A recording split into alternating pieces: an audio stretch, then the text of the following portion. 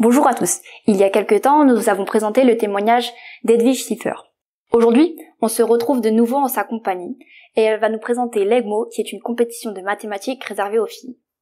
Bonjour, aujourd'hui j'aimerais vous parler de l'EGMO, c'est l'European Girls Mathematical Olympiad, c'est-à-dire la plus grande compétition de mathématiques réservée aux jeunes filles qui n'ont pas encore commencé leurs études supérieures. Et donc même s'il y a européenne dans le nom, c'est parce que ça a été créé en Europe, mais on invite aussi plein de pays du monde entier. Et même aux premières éditions, on avait déjà des pays non européens. La spécificité, c'est juste qu'on est organisé en Europe. Et en particulier, en 2026, ce sera la France qui organisera l'EGMO. Ce sera la première fois depuis 1983 que la France accueille une compétition de mathématiques olympiques. Parce que ce n'est pas la seule compétition de mathématiques olympiques. Il existe aussi d'autres compétitions très connues, notamment l'IMO, qui est juste la compétition de mathématiques olympique internationale, qui regroupe maintenant énormément de pays. Comment ça marche? Chaque pays envoie une équipe. Et à l'intérieur, donc à l'IMO, c'est 6 participants. À l'EGMO, on n'en a que 4. Donc c'est 4 jeunes filles qui viennent défendre les couleurs de leur pays en essayant de résoudre des problèmes de mathématiques sur 2 jours. Mais en fait, c'est aussi une semaine où on a du coup des jeunes filles de tous les pays qui sont toutes passionnées de mathématiques et qui vont à la fois faire des mathématiques, mais aussi discuter entre elles et se créer des bons souvenirs, avoir la fierté de représenter leur pays. C'est encore mieux si elles repartent avec une médaille, bien sûr, mais aussi c'est juste l'occasion de partager leur passion et de voir qu'elles ne sont pas du tout toutes seules. Mais qu'au contraire, c'est tout à fait normal quand on est une fille de pouvoir faire des mathématiques et d'être forte en faisant ça. Et pourquoi on a choisi d'organiser en France? Parce qu'on pense que c'est important d'envoyer ce message que les jeunes filles, elles sont aussi très talentueuses en mathématiques et que c'est parfois quelque chose qui n'est pas bien compris en France, où il y a beaucoup de stéréotypes. Moi, c'est quelque chose que personnellement j'ai vécu lors de ma scolarité avec des professeurs qui m'imaginaient pas forcément continuer dans les mathématiques, alors que des garçons du même niveau étaient beaucoup plus encouragés. Que si moi j'avais pas les meilleures notes, c'est que j'avais atteint des limites, alors qu'un garçon, c'est juste qu'il aurait dû travailler davantage. Et donc tout ça fait que même si les filles de base sont très fortes en mathématiques, elles ont tendance à assez vite se limiter, penser que c'est pas pour elles. Non pas parce que elles sont intrinsèquement bêtes ou moins ambitieuses que les garçons, mais juste parce qu'en fait, c'est vraiment très dur de continuer à s'acharner quand typiquement tous les adultes en qui vous êtes censé avoir confiance vous dites que c'est pas fait pour vous. Donc en fait, c'est pas une question de confiance en soi, c'est une question de résister malgré la pression environnante qui essaye de vous dire d'arrêter. Et c'est vraiment quelque chose qui est progressif, c'est-à-dire que au cours de la scolarité, les filles se tournent davantage vers les matières littéraires et ça continue à chaque étape, que ce soit maintenant dans le choix des options pour le bac au lycée, qui a créé une grande disparité entre les filles et les garçons, et après à chaque étape des études supérieures, que ce soit à l'entrée en licence, à l'entrée en master, à l'entrée en doctorat, ou maintenant, moi je suis postdoctorante, et sur combien de femmes décident de rester dans l'académique après avoir fait un doctorat. Donc parfois les gens parlent de leaky pipeline pour dire qu'en gros à chaque étape on perd des filles.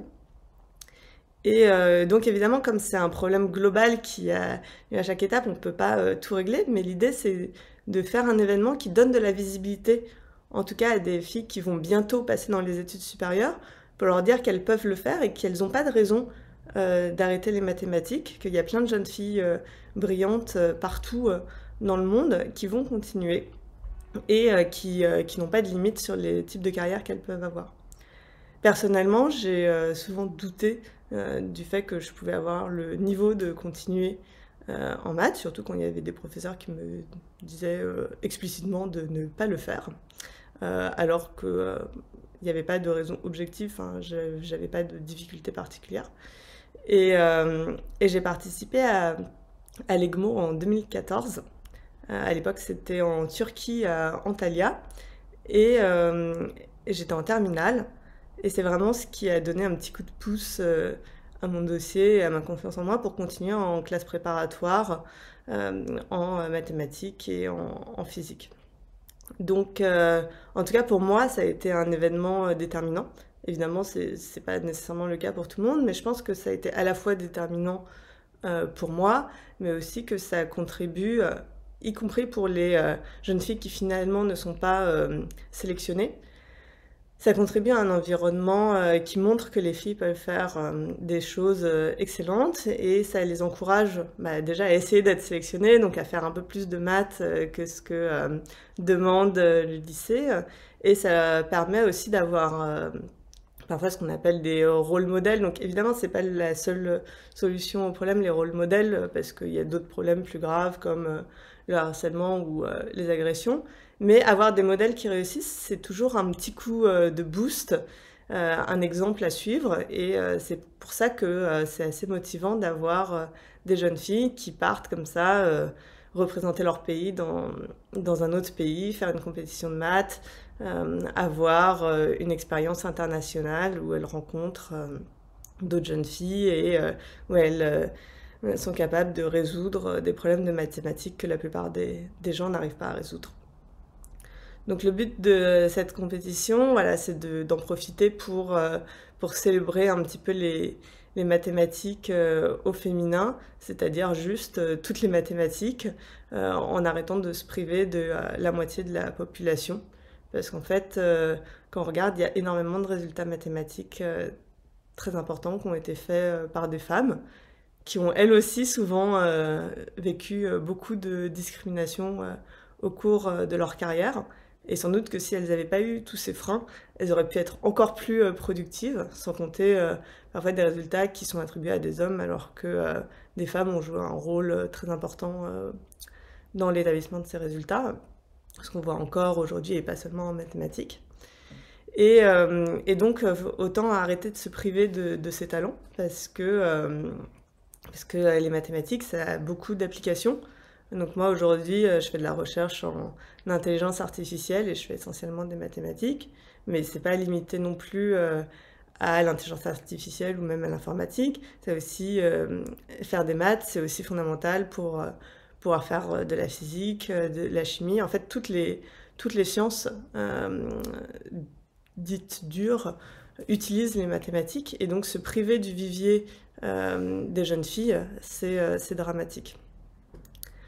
Donc l'EGMO, ce sera en avril 2026 et c'est vraiment l'occasion de mobiliser en France toute cette énergie et cette volonté des jeunes filles de continuer à faire des mathématiques et de parler aussi des limites qu'elles rencontrent, des freins qu'elles ont encore dans la carrière et qui ne sont pas justifiés, qui sont juste de la discrimination pure et qui malheureusement détournent beaucoup de jeunes filles qui auraient fait de jeunes mathématiciennes très brillantes vers d'autres carrières qui certes sont très, très intéressantes aussi, mais qui auraient pu être évitées si on n'avait pas eu l'impression que les maths, c'était pas pour nous. Et je pense que, à titre personnel, avoir participé à l'EGMO, ça m'a fait me questionner sur est-ce que je voulais vraiment croire à ce mensonge qui était que les mathématiques, c'était pas pour moi, ou est-ce que je commençais quand même à avoir des petits indices, des petites preuves que finalement, je pouvais peut-être quand même le faire, quoi, que si j'avais réussi à représenter la France dans une compétition internationale de mathématiques, je pouvais peut-être au moins commencer des études dans cette direction sans me sentir illégitime et que si des professeurs me disaient que j'avais pas ma place, je pouvais peut-être juste remettre en question leur point de vue.